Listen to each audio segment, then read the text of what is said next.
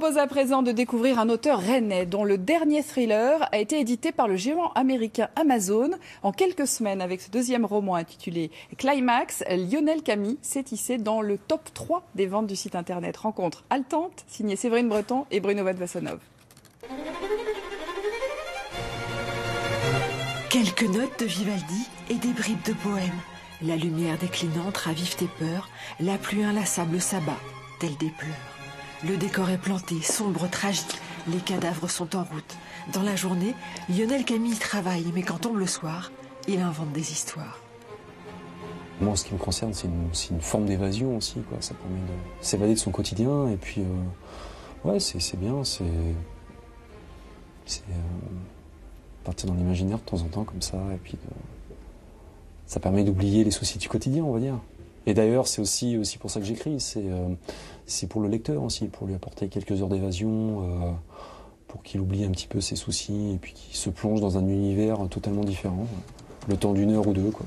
Sur l'écran de son ordinateur, les lettres noires donnent vie à un flic un peu paumé, un psychiatre un peu dingue, et dans le ciel, les nuages s'amoncellent. J'avais entendu parler de la dépression saisonnière, et je me suis dit, tiens, pourquoi pas, après tout, avec l'histoire du réchauffement climatique, se dire que voilà, comme le temps est complètement détraqué, bah, finalement, ça pourrait avoir une conséquence sur le psychisme de personnes qui pourraient... ça pourrait réveiller même leur pulsion criminelle. Et soudain, les notes de Vivaldi ne sont plus assez rapides. Les yeux ne courent plus assez vite sur les feuilles. Lionel Camille entraîne son flic et ses lecteurs sur des pistes toujours plus dangereuses et toujours plus fausses. J'aimerais bien justement faire frissonner un peu les gens.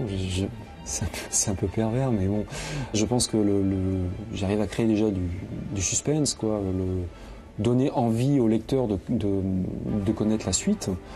Mais bon, c'est vrai que si effectivement je pouvais lui provoquer quelques cauchemars, là, je serais vraiment satisfait.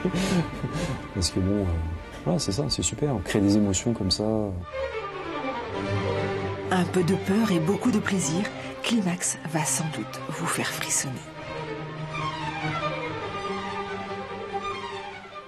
Des frissons aussi à l'occasion de cette tempête. Nous refermons cette édition sur ces images aériennes de la tempête qui traverse la Bretagne depuis cette nuit. Des images que vous allez voir tourner en mer d'Iroise. Violentes rafales de vent, forte houle et vigilance orange. Vague submersion maintenue jusqu'à demain matin 8h. D'autant que les coefficients sont de 96 ce soir et 100 demain. Prudence donc. Ce soir, 1000 foyers pourraient être encore privés d'électricité malgré l'intervention de RDF.